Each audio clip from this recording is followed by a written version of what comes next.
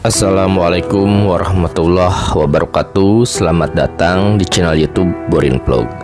Di kesempatan ini saya ingin menceritakan mengenai legenda Kembang Wijaya Kusuma dan juga terkait dengan asal-usul penamaan Pulau Nusa Kambangan. Bagaimana kisah dan ceritanya, silakan disimak berikut ini. Peristiwa ini terjadi pada zaman Kerajaan Kediri di Jawa Timur.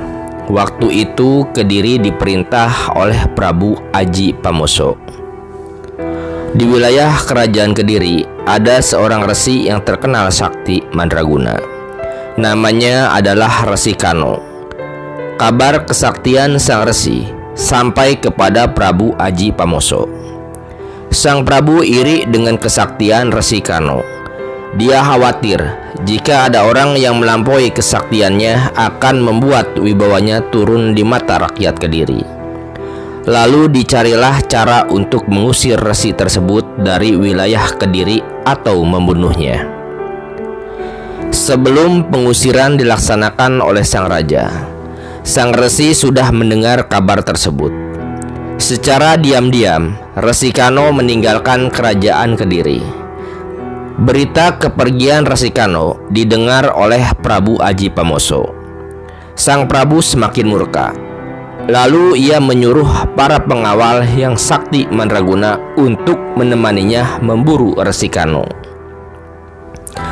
Perjalanan Resi Kano sampai di pantai selatan Pulau Jawa, dekat daerah Cilacap. Resi Kano mencari tempat yang sunyi dan sulit ditempuh manusia untuk bertapa. Dia mohon kepada Yang Maha Tunggal akan nasib dirinya yang diburu oleh Prabu Aji Pamoso. Tak lama kemudian, Prabu Aji Pamoso dan pengawalnya yang gigih sampai di tempat itu. Resi Kano dapat ditemukan di tempat persembunyiannya. Sewaktu Resi Kano sedang bersemedi, dia dibunuh oleh Prabu Aji Pamoso sendiri. Anehnya, raga sang resi juga lenyap dari pandangan mata.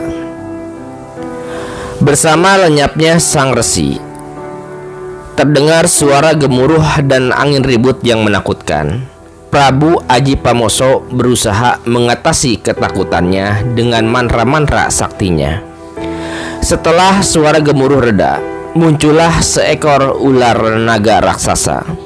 Ular naga raksasa itu mendesis-desis seolah-olah akan memangsa Prabu Aji Pamoso. Karena kehebatan dan kedahsyatan ular naga tersebut, maka ombak di pantai Cilacap semakin tinggi dan menakutkan. Melihat ular yang mengerikan itu, Prabu Aji Pamoso segera melepas panah saktinya. Panah sakti tersebut tepat mengenai ular itu dan matilah ular naga raksasa itu. Bersama dengan matinya ular itu, tiba-tiba dari arah timur muncul seorang putri yang cantik. Putri itu memanggil-manggil Prabu Aji Pamoso. "Wahai sang raja, berkat jasamu aku telah kembali menjadi manusia biasa. Namaku Dewi Wasowati. Sebagai balas jasaku, akan kupersembahkan kepadamu sebuah cangkok kembang Wijaya Kusuma. Bunga ini tidak akan Paduka dapatkan dalam alam biasa. Siapa yang bisa memiliki cangkok Wijaya Kusuma, dia akan menurunkan raja-raja yang berkuasa di Pulau Jawa." Mendengar keterangan Dewi Wasowati, Prabu Aji Pamoso sangat gembira. Dengan kesaktiannya, dia mengayuh dayung untuk menemui Dewi Wasowati yang berada di sebuah pulau kecil. Ketika Dewi Wasowati menyerahkan kembang Wijaya Kusuma, ia pun berkata, "Hendaknya sang Prabu menjadi saksi.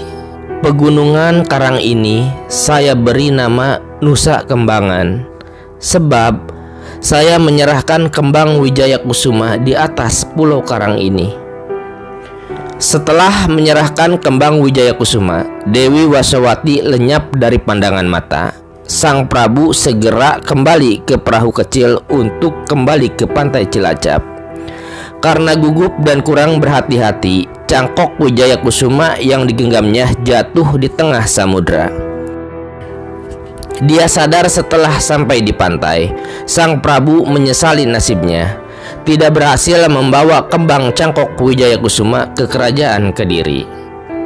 Nah, seperti itu ya asal-usul juga legenda kembang Wijayakusuma dan juga asal-usul Pulau Nusa Kambangan atau yang awalnya dinamakan Nusa Kembangan.